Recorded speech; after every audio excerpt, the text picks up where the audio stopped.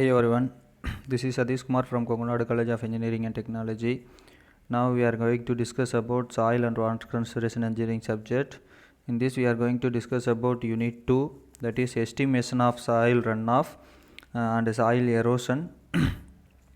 Runoff computation. In this we are going to discuss about runoff computation for soil conservation, then evaluation of universal soil loss equation, application and limitations, modified universal soil loss equation, revised universal soil loss equation, then permeable erosion, land capability classification and classification of eroded soils and soil erodibility and the other management factors. These are the topics we are going to discuss today. Introduction about our unit. The soil loss estimation is fundamental to soil conservation. It enables coincide objectives about soil conservation to be formulated and provides a means of achieving those objectives. It forms the foundation of rational design in the field, provides data for extension programs and planning exercises, and gives firm basics for natural resource legislation. It is therefore an individual aid to decision making at all levels throughout agriculture and natural resource management. Then modeling and quantifying wind erosion. Wind erosion equation is to be utilized for identifying that wind erosion is a phenomenon of dry climates. There are three major factors in wind erosion. One is wind velocity, then nature of the material, then moisture content of the frame factor. Then other factors is based on the particle size, degree of soil aggregation, amount of vegetation cover. Wind erosion factors, it is to be determined by using this formula. E is equal to function of LCKLV.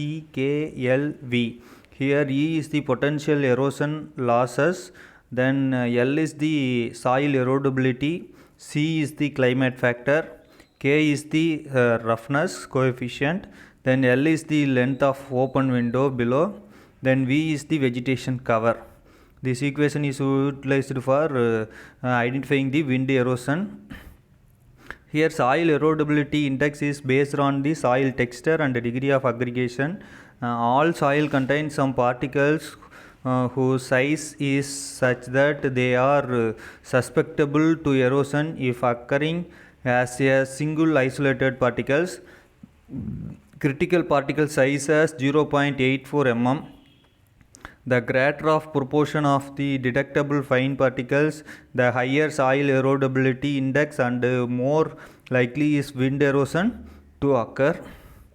These are typical values for soil erodibility index. Then next one is climate factor. It is a dimensionless. Wind speed is depends on the higher wind speed, the more likely is erosion to occur. Effectively soil moisture content. Then WEQ, wind speed, is taken as an mean annual wind velocity at 30 feet, that is 9.14 meter above the ground level. The moisture content is the thermal wake potential energy, that is precipitation and evaporation index calculated from the climate factors. Then next one is surface roughness, that is K. Wind tends to pick up and transport particles more easily from smoother surface than from irregular surface. Also ridges tend to trap saltation and grains.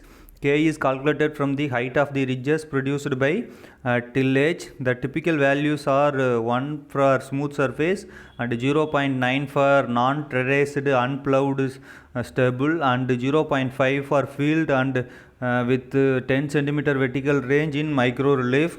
The next one is length of open wind below. It is a dimensionless number.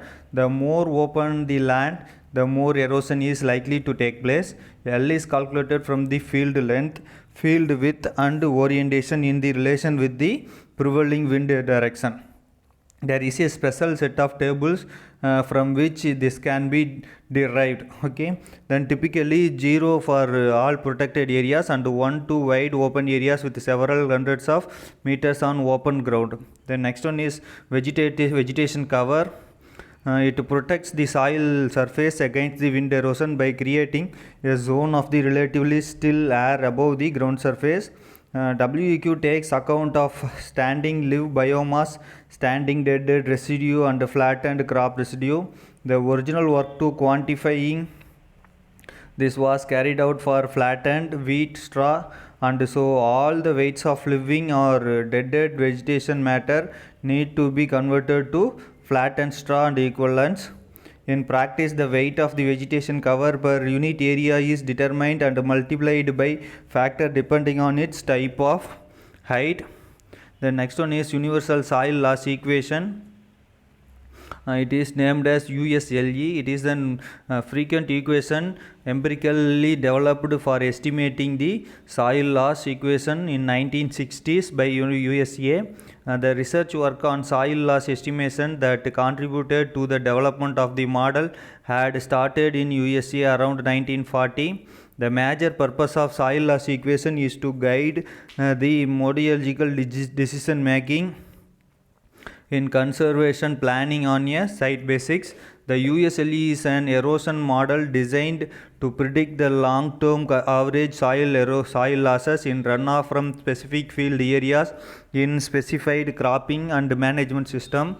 Widespread field use has sustained its usefulness and validity for this purpose. It is also applicable for soil loss estimation for non-agriculture conditions such as construction site. With the appropriate selection of its factor values, equation will compute the average soil loss for multiple cropping system for particular crop in a year in rotation basics. Then USLV will be divided into two categories, erosivity and erodibility. Erosivity is based on the rainfall energy, that is R. Then coming to erodibility, it is an physical and management factors. Then physical characteristics, it will be as K. Then while coming to management factor, land management, crop management. The land management is LS factor and P factor. C will be called as crop management factor.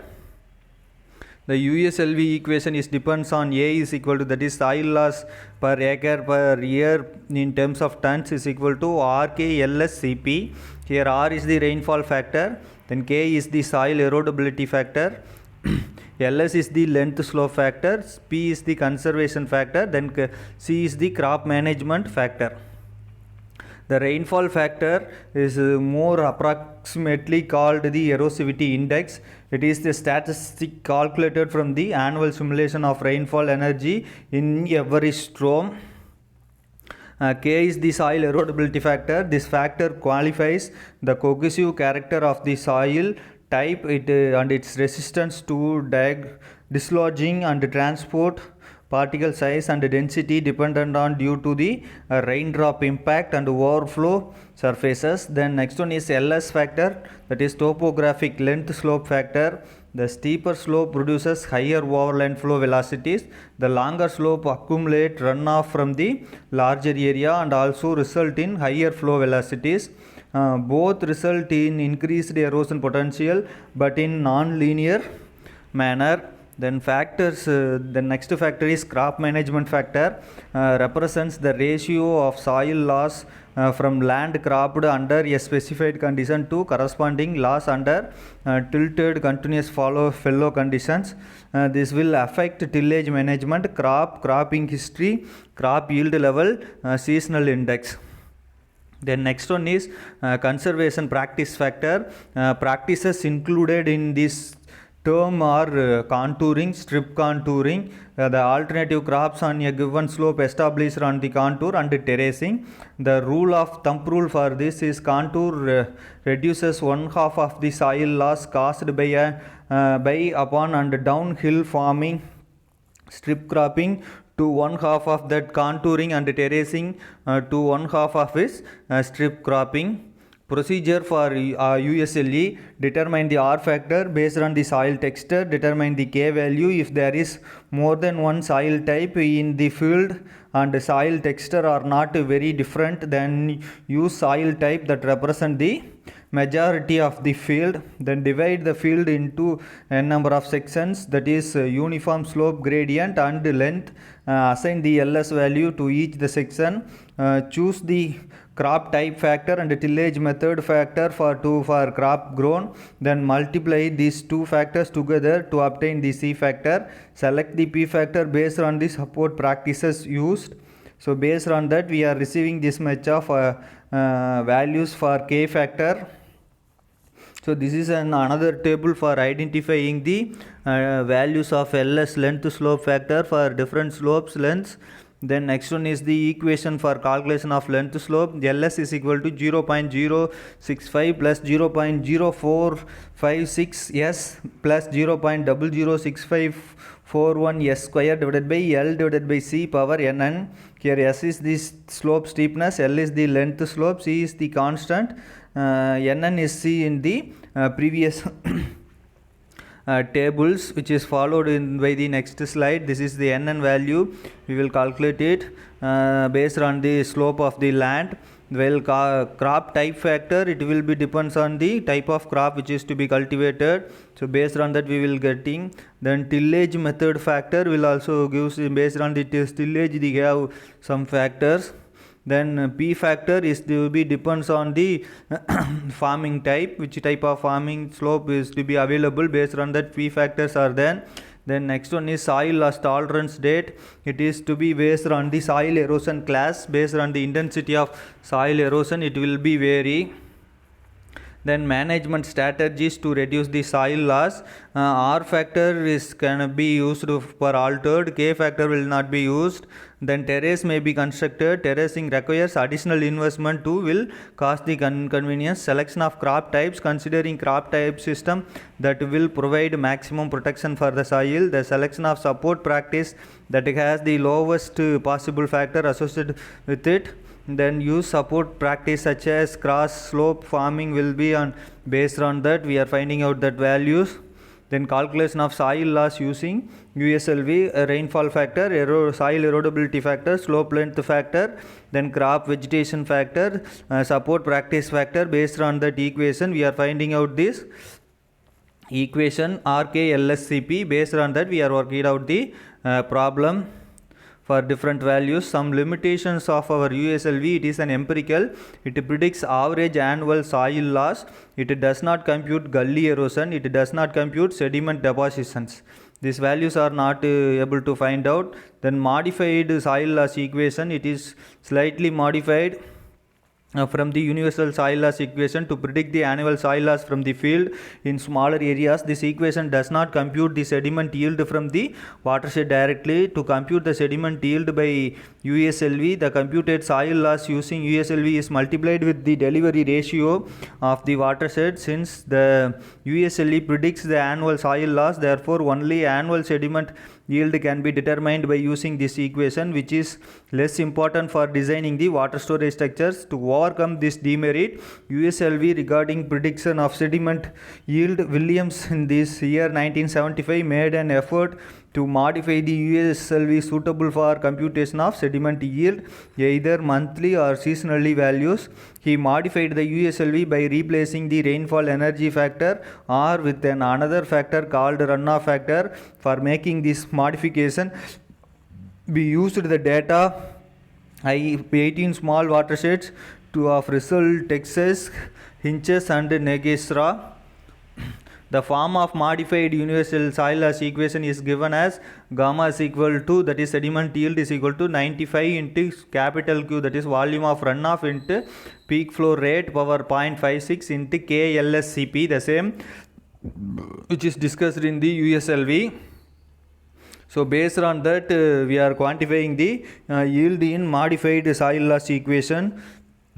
The next one is land use, land capability classification. Based on this system, grouping the soils primarily on the basics of their capability to produce common cultivated crops and pasture plants without erosion over a long period of time. The land capability classification is subdivided into capability classes and capability subclasses.